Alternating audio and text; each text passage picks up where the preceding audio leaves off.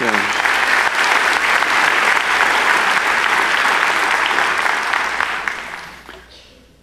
When was the last time that you lived the golden rule?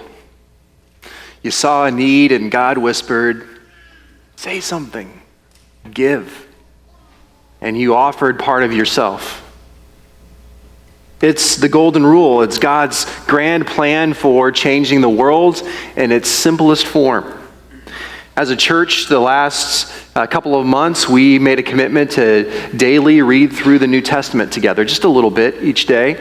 And we're in the Gospel of Luke right about now. And that's where our text for today comes from, Luke 6:31 to 33. Jesus says, do to others as you would have them do to you. If you love those who love you, what credit is that to you? Even sinners love those who love them. And if you do what's good to those who do good to you, what credit is that to you? Even sinners do that. Now, in every major world religion and in most secular philosophies, there is a version of the golden rule. 500 years before the time of Christ, a man walked up to Confucius and he asked him, is there one word which may serve as a rule of practice for all of one's life? And Confucius replied, is not reciprocity such a word? What you do not want done to yourself, do not do to others. 400 years before the time of Christ, an Athenian philosopher named Isocrates said, what angers you, what angers you when you suffer at the hands of others, do not do to others. And then 20 years before Jesus was born, a young man approaches Hillel, who was the great Jewish rabbi, and he said, I am willing to convert to Judaism if you can tell me what the whole law means as I stand on one leg. In other words, he's saying, hey, just boil it all down for me. I don't need the intricate details. If you can give it to me in the Cliff Notes version, I'll accept it. And so as that young student was doing his best Karate Kid impersonation, Hillel said to him, what is hateful to yourself, do not do to another. This is the whole law. And of course, my favorite version of the golden rule comes from the great theologian, Mr. T. I believe in the golden rule. The man with the gold rules. Do you know what's weird about all the religious versions of the golden rule? It's that they're framed in the negative. They're about reciprocity. I won't do harm to you if you don't do harm to me, like this picture. I won't touch your toys if you stay out of my sandbox. I'll like all of your pictures of your cat on Facebook if you like my witty comments about feeling the burn for Bernie Sanders. Religious versions of the golden rule are okay, but they tell you that you're virtuous if you simply live and let live. They're very passive, but Jesus says, hey y'all, let's take this one step further. The golden rule is to love and to do good to others as you move throughout your life. Freely you have received from me, so freely give. Do you see the difference in what Jesus is saying? This isn't about ethics, it's about valuing people. So if you were to take driving as an example, live and let live versions of the golden rule would say, you follow the driving rules and I'll follow the driving rules. You stay on your side of the median, I'll stay on mine. Or as a bumper sticker I saw the other day said, forget world peace, visualize using your blinker. But if Jesus gives you a car and he gives you the golden rule, he says, why don't you stop and pick up that lady who's walking down the side of the road with a load of groceries? Or if somebody has a flat tire, pull over and offer to help. Or if someone's trying to merge aggressively on Mopac in front of you, let them in front of you, especially if they have a gun rack.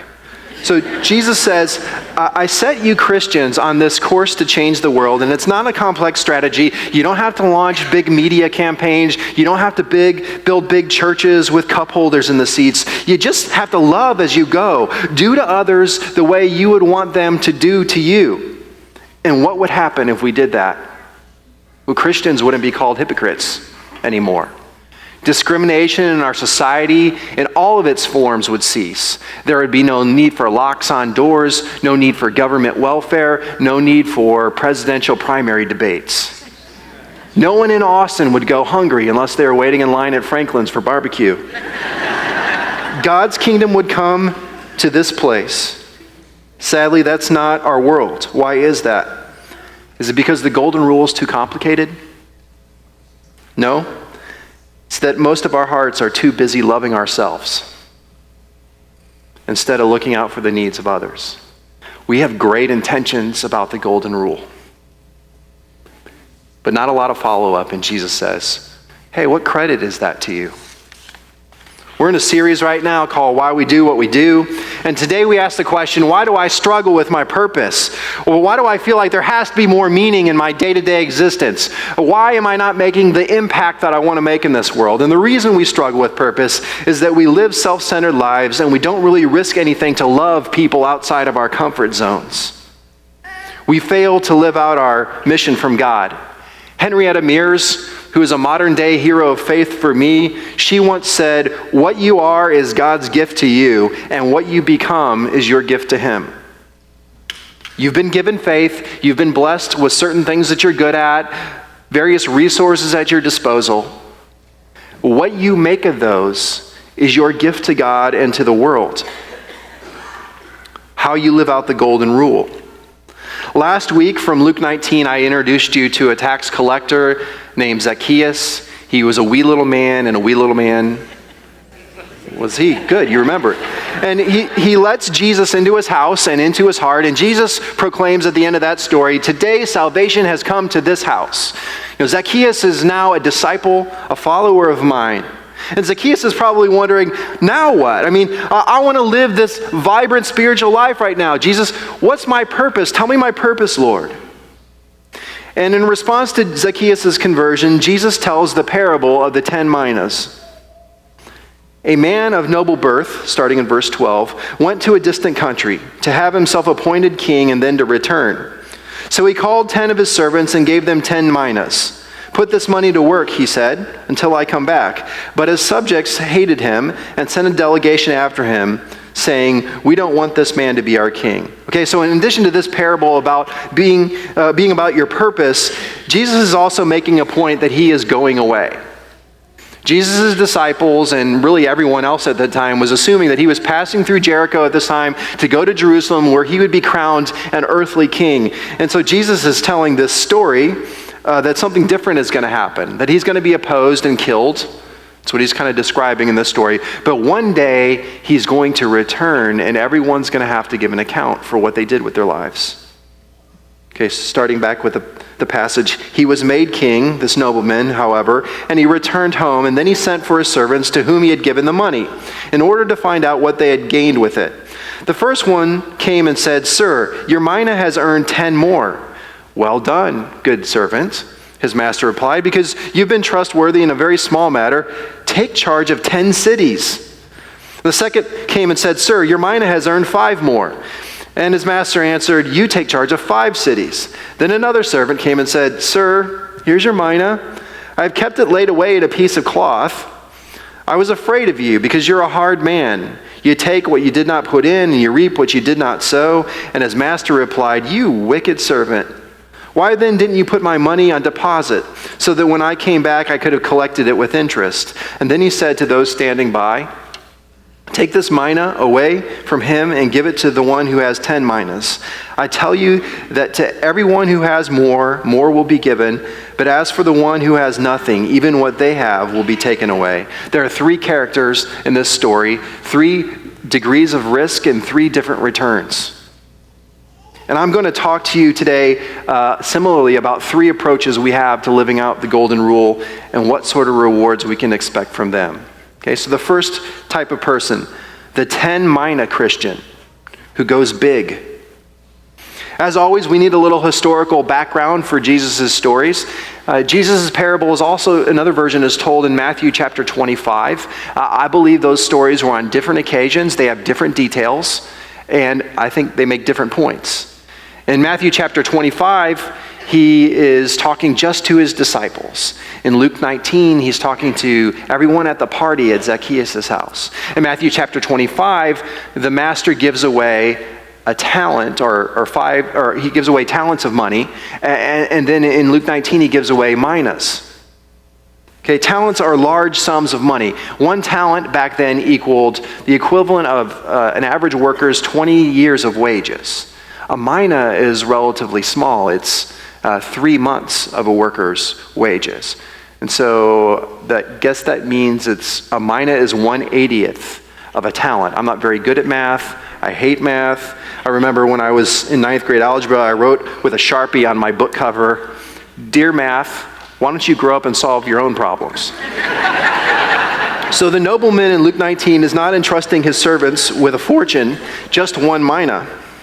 And his only command is, verse 13, put this money to work. And the original Greek word there means trade up, invest. I want you to be smart, but I also want you to take some risks with this money. And so he goes away to be coronated as king, and he returns back eager to see what his servants have done with his largesse. The first servant is kind of the Warren Buffett of the group. He walks up and drops down a big bag of money full of 10 extra minas. The first guy risked big, and he reeled in an amazing haul of cash. And you have to admire what he says to the master, his attitude. He says, "Sir, your mina has earned 10 more. Your mina did this. I just put it to work. It's your money. You created the business environment for me. You gave me the opportunities, and all I did was follow through with it." I like that. Are you much of a risk taker? I mean, are you willing to do what's necessary to get the job done? Can you improvise when circumstances call for it?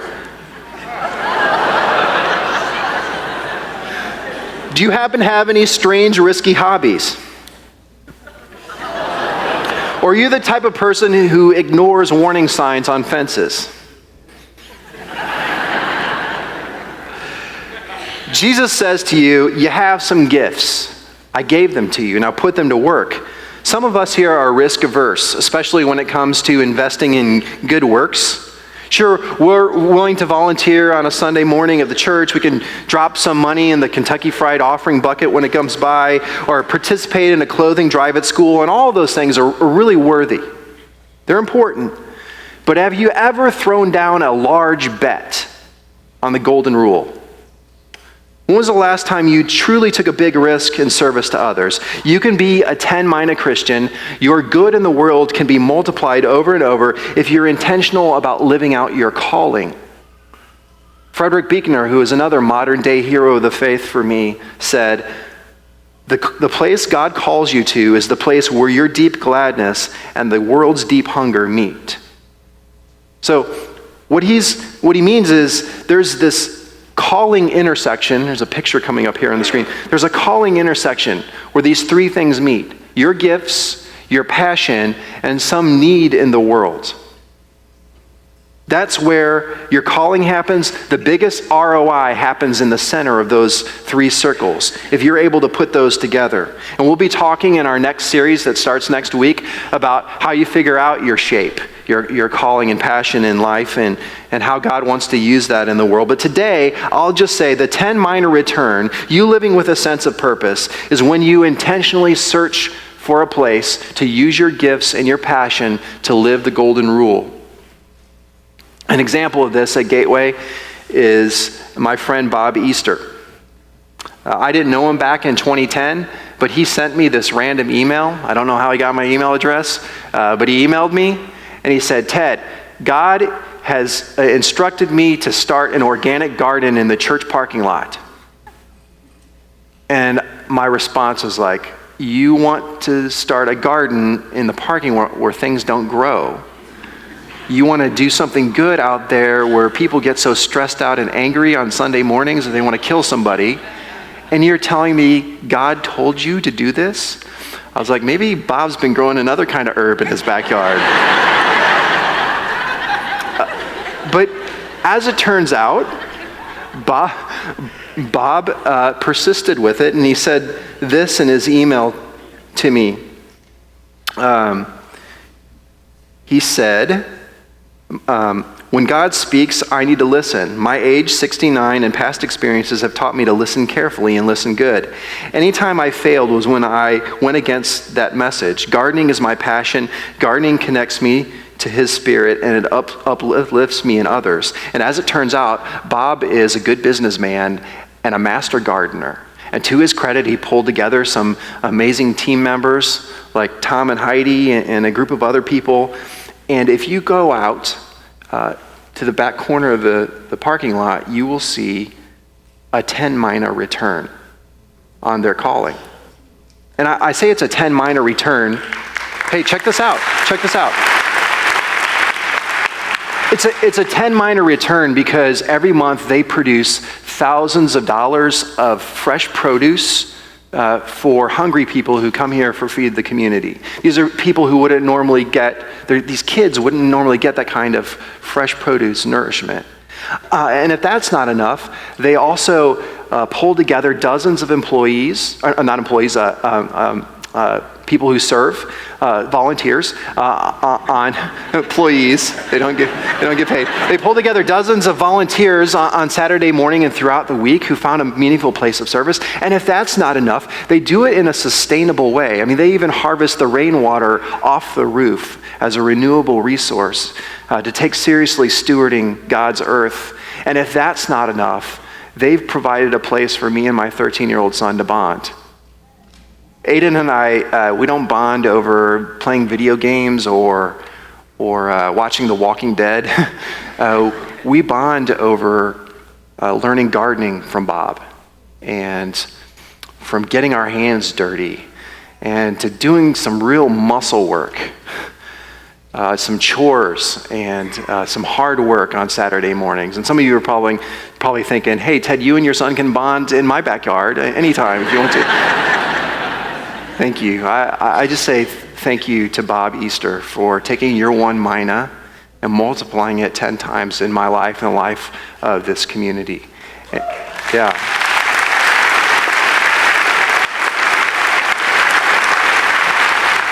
What is your intersection? Where is God calling you to go big? Number 2, the 5 mina Christian goes daily. The second servant was intentional, but his returns were more moderate. He didn't risk as much, but he still accomplished quite a bit. And maybe God hasn't really revealed to you how to go big yet. Maybe you're not sure of that intersection and what all that means. And I think that's okay because the golden rule primarily is not about going big. Jesus is saying, go daily. Just love people as you go throughout your day. Here at Gateway, one of our biggest values is impact your world. We don't think that 5 mina Christians are any less worthy than 10 mina. In fact, Jesus talks about the 5 mina approach in Matthew 10. He says, this is a large work I've called you into, but don't be overwhelmed by it. It's best to start small. Give a cool cup of water to someone who's thirsty, for instance. The smallest act of giving or receiving makes you a true apprentice. You won't lose out on a thing. I love that. Jesus says, don't get all overwhelmed by the needs in the world.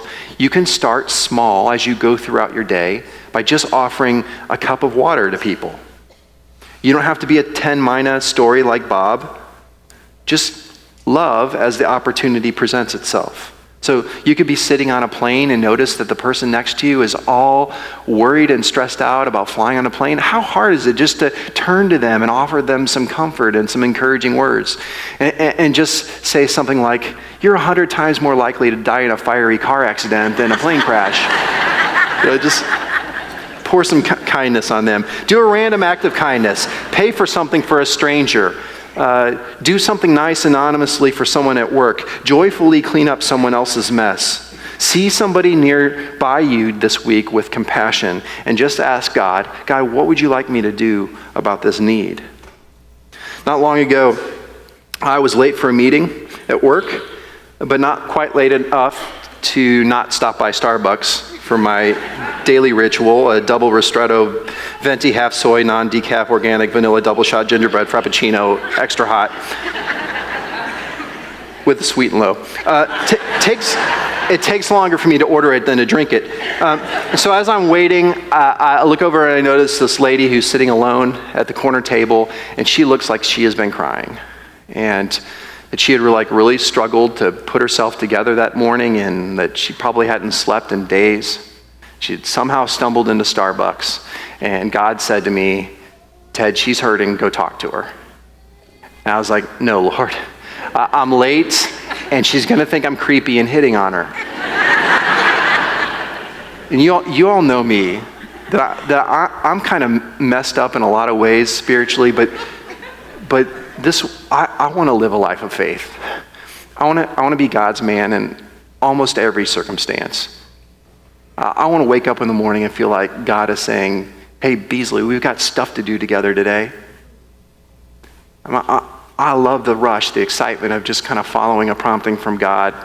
And so I walked over to that lady that morning and I said, what are you drinking? And she said, coffee. What are you drinking? And I said, don't get me started. And I said, I know this is strange. I don't know you, but you look sad. Is there anything I can help you with?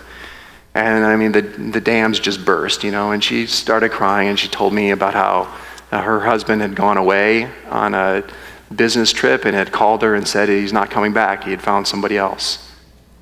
And she was stuck there with her 2 small children.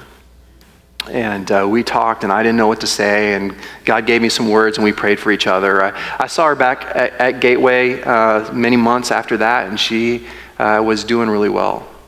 Now, I was just responding to a prompting, and I didn't really do anything. But there was like that 5 mina return in her life and in my life. And that's the kind of life that I want to live. Are you doing anything risky with your life just as you go, even if it's a cup of cold water?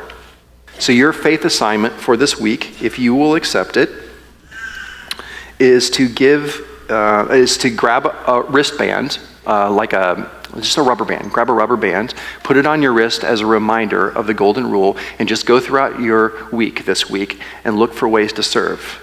Encouraging words, to pray for someone, or to offer to pay for something. Will you take the golden rule challenge, the 5 mina challenge this week? Will you do that? Try it? Yeah. All right, there's a prize. It's actually a big eternal payoff, and I'll say more about that in a minute. But first, let me tell you about the loser, the 1 mina Christian, the live and let live guy.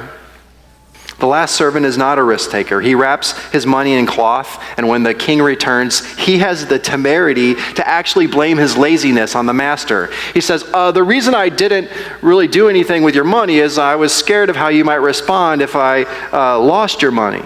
It's a lame excuse. This is a golden rule, live and let live philosophy lived out right in front of you.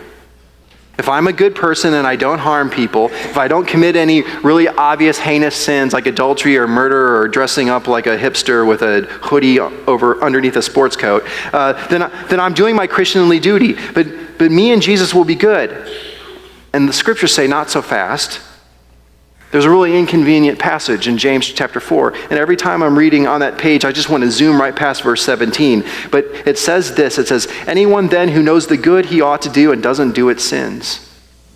And I'm like, was that really necessary, Lord? I have a hard enough time not doing all the things you tell me not to do, and then you lay this one on me.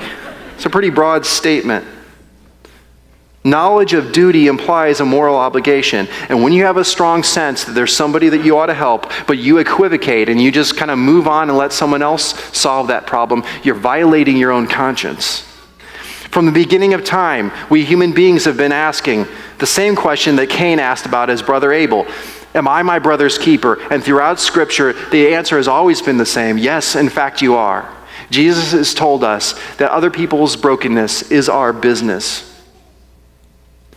Jesus defined early in his ministry what it would mean to be his disciple.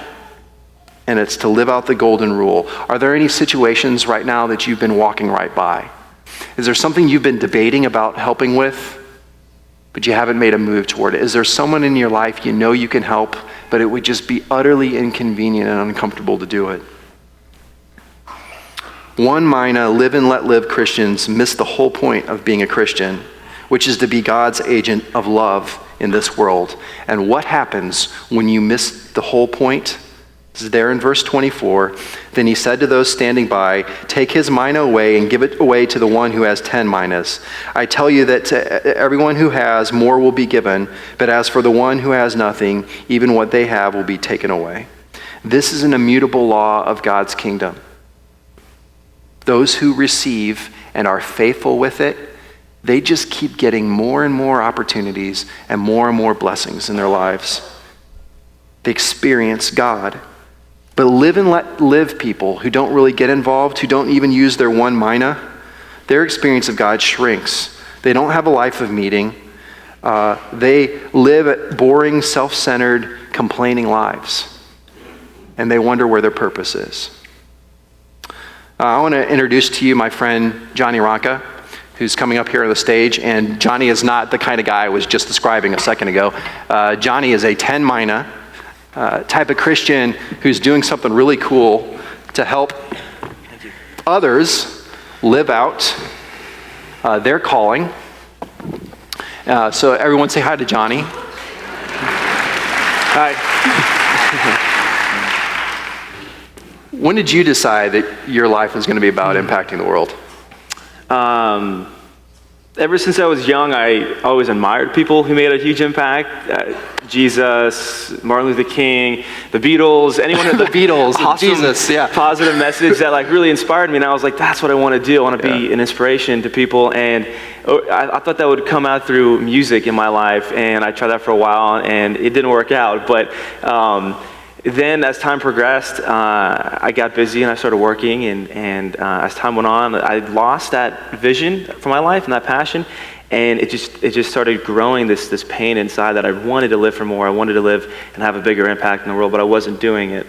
And there was kind of a wake-up call moment for you, right? Yeah. In July 2012, I almost died twice in 24 hours. I was at a wedding in Mexico, ended up over-drinking, and then having a seizure the next morning. On a boat in the middle of Mexico. So almost died, and then after that my body completely shut down, and I was bedridden for over a year. Wow. So in all of that, I was suffering from fighting off seizures, panic attacks.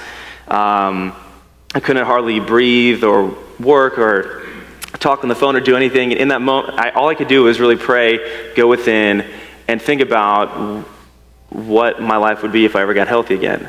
Yeah. So in that moment, or during those years, I made a promise to God that if I ever got healthy, that I would do something to make an impact on the world, because I felt at that point I hadn't done enough with my talents and gifts to that point. And it sounds like God answered that prayer, and he gave you a dream for Love On Revolution. Tell us what that is. Yes, so the Love On Revolution is a fun global social experiment where we inspire people to pay it forward and do random acts of kindness, but then we actually track the ripple effect that you create when you do these acts of kindness. So we do that using these uniquely coded Love On Revolution wristbands, and you register to your profile on our site, and then you give it to somebody whenever you do an act of kindness. And you tell them love on, and you ask them to pass it on to someone else with another act of kindness. And before they give it away, to type in that same code and just tell the story of how they received it from you. Hey, where's my good deed, though? You're supposed to do something good for me. All right. No.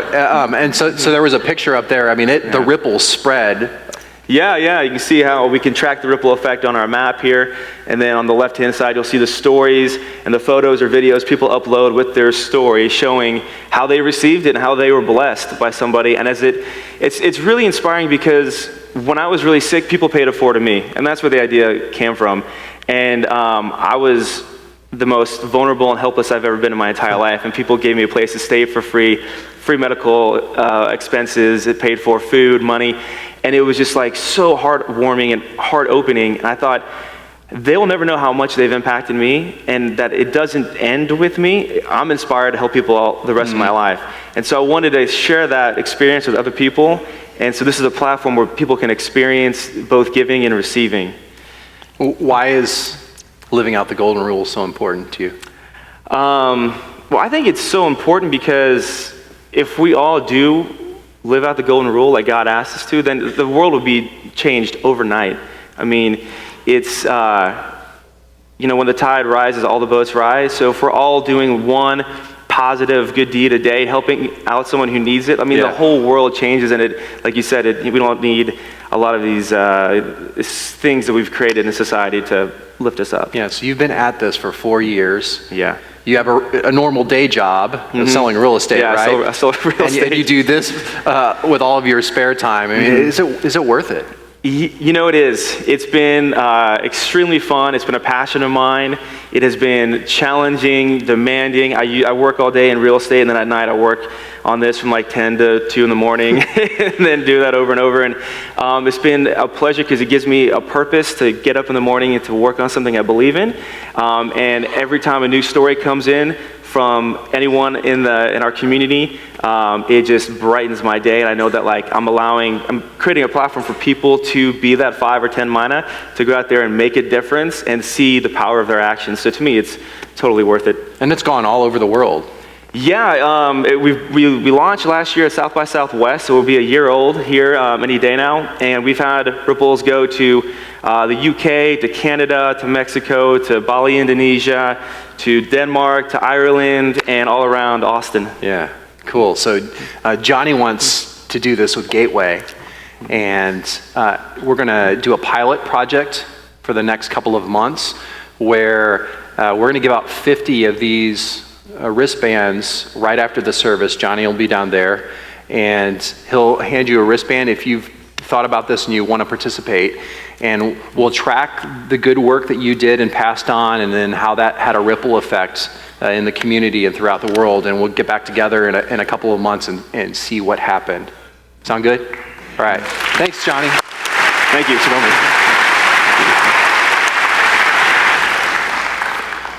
Once upon a time, a king was going away on a long journey. Before he did, he distributed some gifts to you. Some time, some money, some faith, some abilities, some relationships, some possessions. And before he departed, he said, just put these to work. Do good to those who are around you. And watch the ripple effect that takes place. What's so shocking to me about Jesus' parable are the rewards. That's what's shocking. You know, in response to the 10 mina guy, he doesn't say, hey, you were really good with this. I'm going to just give you like 1 or 2 mina profit you can hold on to yourself, which would have been great. He says, I'm going to put you in charge of 10 cities. Incredible. Our eternal rewards are enormous. God is not only a gift giver in this lifetime, he is in the world to come. Revelation tells us that in heaven we're going to reign with Christ. We're going to share responsibility with him. So someday, God's not going to say to me, well done, Ted, welcome. I've reserved a nice comfy cloud for you to be on, to enjoy for all eternity. He's going to say to me, now the real adventure begins. Now I'm going to entrust you with much more. Now you get to create and become who you were meant to be. In heaven, you're going to be given that kind of space. I love how Dallas Willard puts it. The reason we get gifts now, he says, is to train us to reign.